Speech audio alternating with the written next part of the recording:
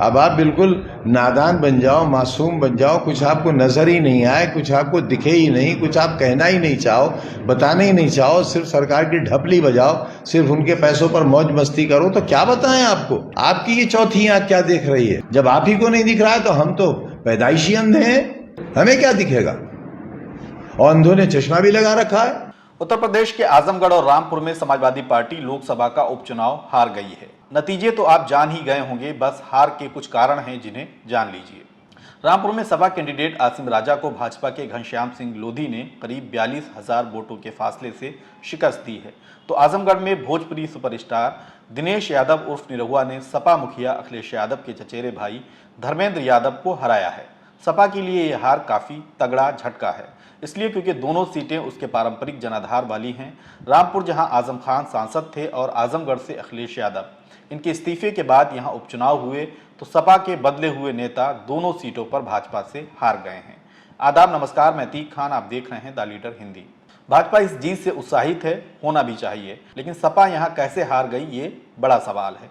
मेरे ख्याल से इस हार को केवल 2 सीटों के चुनाव तक सीमित करके देखना गलत होगा, बल्कि समूचे परिदृश्य में देखने पर पाएंगे कि पिछले 4 महीनों में समाजवादी पार्टी ने ये तीसरी हार पाई है।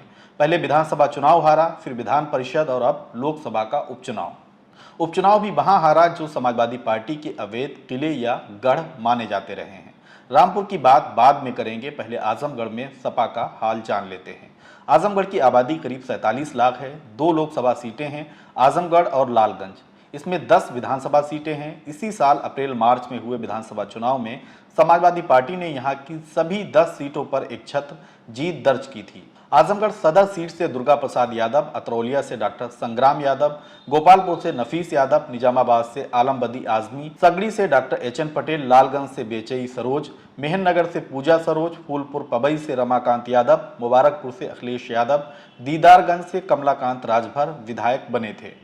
लेकिन इसके चौथे महीने में जब लोकसभा का उपचुनाव हुआ तो समाजवादी पार्टी के धर्मेंद्र यादव भाजपा से हार गए। तब जब 2019 के लोकसभा चुनाव में यहां से सपा मुखिया अखिलेश यादव ने भाजपा के इन्हीं दिनेश लाल उर्फ निरहुआ को करीब 3.25 लाख वोटों के भारी भरकम अंतर से हराया था, जिन्होंने इस उपचुनाव में धर्मेंद्र यादव को पटखनी दी है।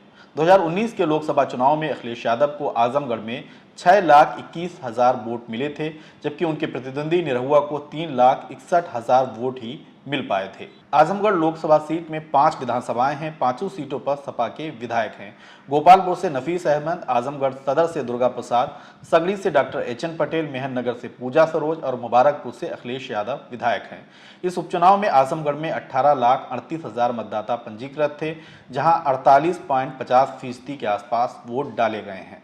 जिला आजमगढ़ में मुसलमानों की आबादी कोई 15% है। कुछ कस्बे मुस्लिम डोमिनेटेड हैं। आजमगढ़ लोकसभा में अखिलेश यादव की सजातीय बिरादरी यादवों की अच्छी खासी तादाद है और इसे यादव बहुल सीट के तौर पर गिना जाता है।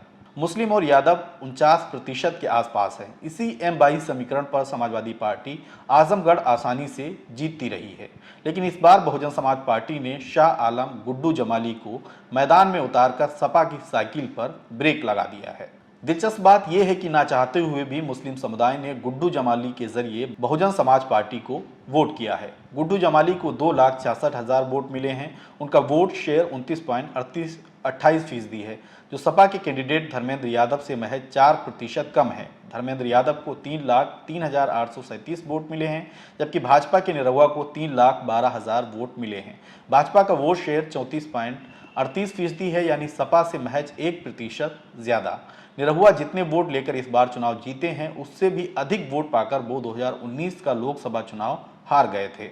बहरहाल कुछ लोग इसे ऐसे भी देख रहे हैं कि गुड्डू जमाली मैदान में ना उतरते तो समाजवादी पार्टी फिर आजमगढ़ से जीत जाती, लेकिन मुस्लिम समुदाय जिसने आजमगढ़ से सपा को संदेश देने का शायद मन बना लिया था। राष्ट्रीय उलेमा काउंसिल ने सपा के बजाय गुड्डू जमाली को अपना समर्थन दिया।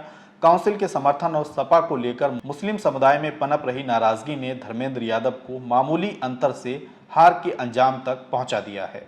समाजवादी पार्टी जो भाजपा के हार्डकोर हिंदुत्व के सामने सॉफ्ट हिंदुत्व की राजनीतिक लकीर खींचने की कोशिश कर रही है, उसमें ना तो अब अखिलेश यादव की सजातीय बिरादरी यादव बंधु ही साथ दिखाई दे रहे हैं और बाकी बचे मुसलमान भी सपा से उकताकर छिटकने लगे हैं। रामपुर में सिर्फ सपा के कैंडिडेट हारे हैं, लेकिन आजमगढ़ में सपा की रणनीति, राजनीतिक लाइन, सलाहकारों के मशवरे और ट्विटर की राजनीति, विपक्ष की खामोशी, एक साथ सब हारे हैं। आखिर में रामपुर को लेकर बस इतना ही है कि यहां आजम खान ने सपा के उम्मीदवार आसिम राजा को अकेले अपने दम पर चुनाव लड़ाया, उन्हें जिताने में पूरा दमखम लगाया। रामपुर में किन हालात में वोटिंग हुई और सत्तारूढ़ भाजपा कितनी ताकतवर है, सब जानते हैं। यहां आसिम राजा के साथ आजम खान भी हार गए हैं। रामपुर में सब कुछ आईने की तरह क्लियर है, लेकिन फिर भी आजम खान ने इसे अपनी हार के तौर पर कबूल करने से इनकार कर दिया है। ये सवाल और आरोप लगाते हुए कि चुनाव कहां था जिसमें मुस्लिम बस्तियों के 900 वोटों वाले बूथ पर मात्र 6 वोट निकले हों। जो चुनावी नतीजा है, जिस तरीके से तैयारियां के बाद, चुनावी नतीजे कहाँ है? चुनाव था ही कहाँ? इसे ना आप चुनाव कह सकते हैं ना चुनावी नतीजे कह सकते हैं। 900 वोट का पोलिंग स्टेशन और 6 वोट बस्ती है मुसलमानों की। 500 का पोलिंग मोहल्ला है मुसलमानों का, 1 वोट। जो उम्मीदें थी नतीजा अच्छा आने की, इसके क्या वजह जी क्या वजह रही जो इतने नतीजे? अरे भाई और कैसे वजह बताएं भाई, और क्या वजह बताएं? अब आप बिल्कुल नादान बन जाओ, मासूम बन जाओ, कुछ आपको नजर ही नहीं आए, कुछ आपको दिखे ही नहीं, कुछ आप कहना ही नहीं चाहो, बताने ही नहीं चाहो, सिर्फ सरकार की ढपली बजाओ, सिर्फ उनके पैसों पर मौज मस्ती करो, तो क्या बताएं आपको भाई? आपको क्या बताएं? आप हमें बताओगे या हम आपको बताएं? भाई लोकतंत्र का स्तंभ आप हो या हम हैं कमजोर लोग? आप बताएंगे हमें। 23 तारीख को पोलिंग वाले दिन जिस तरीके से प्रशासन ने किया, तो वो भी आप ही बताइए। हमने तो सहा है, जो सहा है वो बताइए। आप हमसे क्या पूछ रहे हो भाई? आप फिर क्या देख रहे हैं? आपकी ये चौथी आंख क्या देख रही है? जब आप ही को नहीं दिख रहा है तो हम तो पैदाइशी अंधे हैं, हमें क्या दिखेगा? और अंधों ने चश्मा भी लगा रखा है।